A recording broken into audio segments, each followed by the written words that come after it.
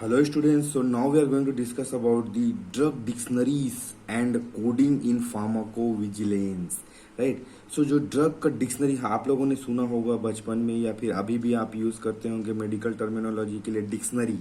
यह एक शब्दकोश होता है जहाँ पे डिफरेंट वर्ड्स के मीनिंग्स दिए गए होते हैं, उनको इलेबोरेट या एक्सप्लेन करके लिखा गया होता है। यह एडजेक्टिव है या वर्ब है या किस टाइप का वर्ड है, इसका मीनिंग क्या होता है हिंदी में, इंग्लिश में या फिर इन अदर लैंग्वेजेस, राइट। सो वही डिक्शनरी की बात हो रही है यहाँ पे। और coding like code word, like password या कोड वर्ड जो होता है ना, कि किसी भी ड्रग का कंटेंट का एक स्पेसिफिक कोड होगा, उसी कोड से उसको जाना जाएगा और there will be no confusion, right. So आज का टॉपिक है drug dictionaries and coding in pharmacovigilance, ठीक है।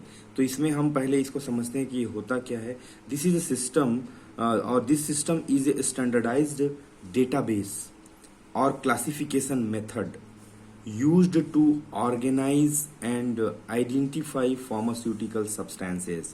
वही बात हो रही है, फार्मास्यूटिकल सब्सटेंस मतलब किसी भी ड्रग का एक आइडेंटिफिकेशन और उसका ऑर्गेनाइज को प्रॉपर ऑर्गेनाइज करके अगर हम किसी डेटाबेस में उसको रखते हैं, किसी इंफॉर्मेशन सेंटर में लाइक फार्माकोविजिलेंस के डेटाबेस में, और उसको क्लासिफिकेशन के मेथड को उसको कि यह कौन सी कैटेगरी में आता है, तो उस इंटायर सिस्टम को ही हम ड्रग डिक्शनरी और ड्रग कोडिंग कहते हैं, जो कि फार्माकोविजिलेंस में बहुत इंपॉर्टेंट रोल प्ले करता है, राइट। सो आइए इसमें द अनदर टॉपिक है, इसके अंतर्गत में आता है ये यूनिट 2 में WHO adverse drug reactions terminologies, यह हेडिंग है। तो ये होता क्या है actually, what are the terminologies, मतलब एक टर्म है जो कि उसका एक स्पेसिफिक मीनिंग होता है, ठीक है, और वो मीनिंग ही उस चीज को बता पाता है कि इस टर्म के अंतर्गत क्या होता है, क्या प्रोसेस है, क्या मेथड है, ठीक है।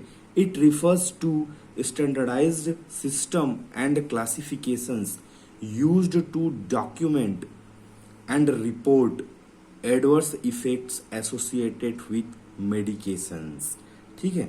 अगर कोई इंसिडेंट हो जाता है किसी ड्रग या मेडिकेशंस के साथ, जब किसी थेरेपी में हम ले रहे हैं, कोई एंटीबायोटिक ले रहे हैं फॉर एग्जांपल, ठीक है, सिफेलोस्पोरिन, उससे सीरियस एडवर्स ड्रग रिएक्शंस हो गया, तो उसको जब डेटाबेस में फीड किया जाएगा या कहीं पे भी कहा जाएगा, फार्माकोविजिलेंस को रिपोर्ट किया जाएगा या फिर WHO को रिपोर्ट किया जाएगा, तो उसके लिए एक प्रॉपर टर्मिनोलॉजी होना चाहिए ना, कि हम किसके बारे में बात कर रहे हैं। जैसे कि आप एनिमल्स में बात है, लायन, लेपर्ड, बियर, है ना, तो वो सबको वही उस एनिमल में भी डिफरेंट स्पीसीज हो सकते हैं, तो उसको अलग अलग नाम से अलग अलग लोकेलिटी में पुकारा जाता होगा, तो वो कंफ्यूजन ना होकर कि standardised system and classification used to document and report of the particular incident, ठीक है। अब उसको हम डॉक्यूमेंट करेंगे, डेटाबेस में फीड करेंगे, जैसे कि यहाँ पे देख चुके हैं हम लोग, वो डेटाबेस में फीड करेंगे तो किस नाम से फीड करेंगे, उसका प्रॉपर टर्मिनोलॉजी होना चाहिए ना, जो वर्ल्ड वाइड यूज होता हो, और उसको रिपोर्ट करेंगे कि हाँ किसमें पैरासीटामॉल में एडवर्स ड्रग रिएक्शन हुआ, तो ठीक है पैरासीटामॉल, तो उसका कोड होना चाहिए, प्रॉपर कोड। हर समय हम नाम से ही नहीं पुकारेंगे, कोड भी होना चाहिए, और डिक्शनरी में उसका मीनिंग इलेबोरेटेड होना चाहिए कि यह एंटीपायरेटिक ड्रग है, यह मतलब एनेसिटाइल ऐसा टाइप का जो उसका केमिकल नेम IUPAC नेम की वजह से उसको रिपोर्ट किया जा सकेगा, ठीक है। These terminologies provide a structured way to describe adverse drug reactions, right? तो मतलब एक स्ट्रक्चर्ड वे हो सकता है, कंफ्यूजन को अवॉइड किया जा सकता है, including there severity, casualty and outcomes. आप वहाँ पे मतलब उस पर्टिकुलर ड्रग से बहुत सीरियस इफेक्ट हो गया, पेशेंट को nausea, vomiting, dizziness, skin rashes, बहुत सारे प्रॉब्लम्स हो गए, तो इमीडिएटली उस ड्रग को फार्माकोविजिलेंस को रिपोर्ट करना पड़ेगा।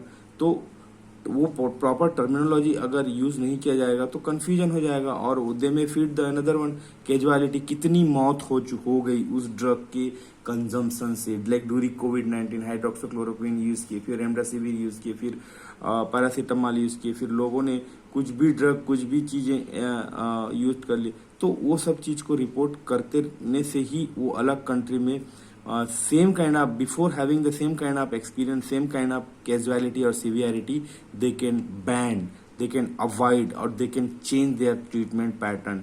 तो ओवरऑल आउटकम को रिपोर्ट करने के लिए ये टर्मिनोलॉजी का बहुत ही वाइटल रोल है ना। तो आइए देखते हैं कि कौन कौन से टर्मिनोलॉजी हो सकते हैं, और अभी हम उसको डिटेल में आगे भी पढ़ेंगे। First one, medical dictionary for regulatory activities, MEDDRA। तो MED आप इसको स्मॉल में लिख सकते हैं, M कैपिटल रहेगा और DRA should be in the capital, right. So ऐसी ही टर्म यूज करेंगे। So MEDDRA, medical dictionary for regulatory activities, a widely used international standard for coding and classifying adverse drug reactions and other medical information in regulatory submission।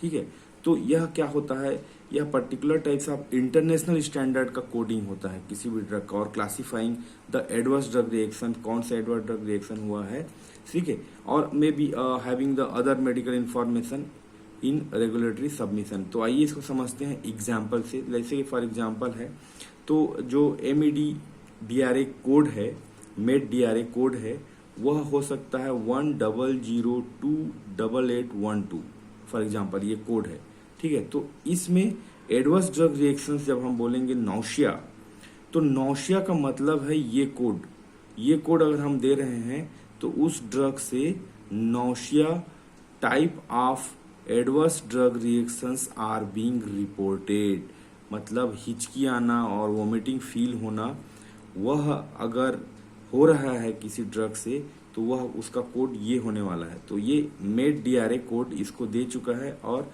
इस code का मतलब nausea ही है, ये है इसका मतलब, ठीक है।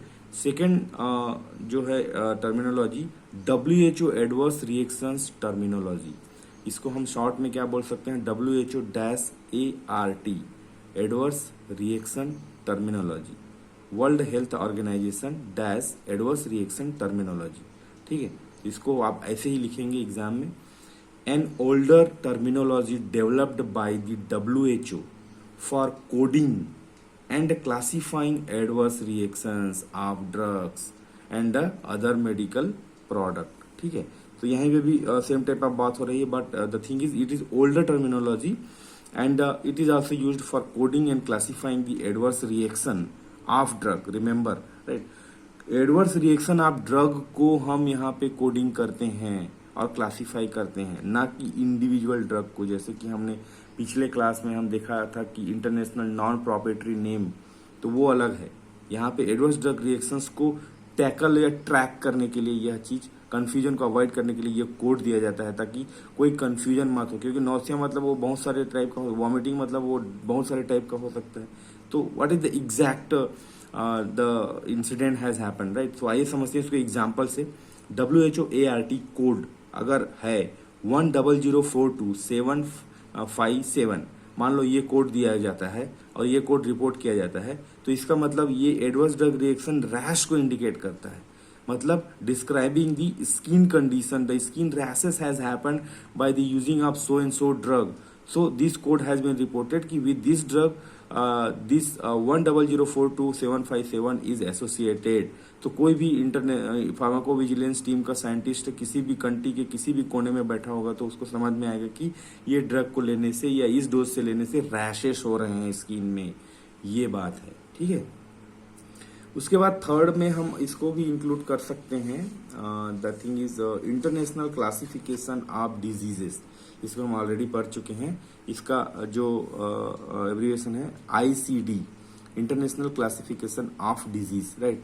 सो the ICD also includes codes for adverse effects of medications, right. So यहाँ पे पूरा खेल कोड का है, ठीक है। ये जो मेन कोड जो दिया जाता है, आइए समझते हैं इसको एग्जांपल से। ICD कोड अगर मान लो T88.6 है, ठीक है, और इसका जो मतलब होगा, जो एसोसिएटेड होगा adverse drug reactions hypersensitivity. So T88.6 indicate करता है हाइपर सेंसिटिविटी, जो कि एक एलर्जिक रिस्पॉन्स है, और यह जो एनाफाइलेक्टिक शॉक में देखा गया है और देखा जाता है हाइपर सेंसिटिविटी, राइट। तो ये कोड अगर जब दिया जाएगा तो एनाफाइलेक्टिक शॉक में हाइपर सेंसिटिविटी देखा गया, यह एडवर्स ड्रग रिएक्शंस ऑब्जर्व किया गया, इसका इसका इंडिकेशन ये होने वाला है, ठीक है।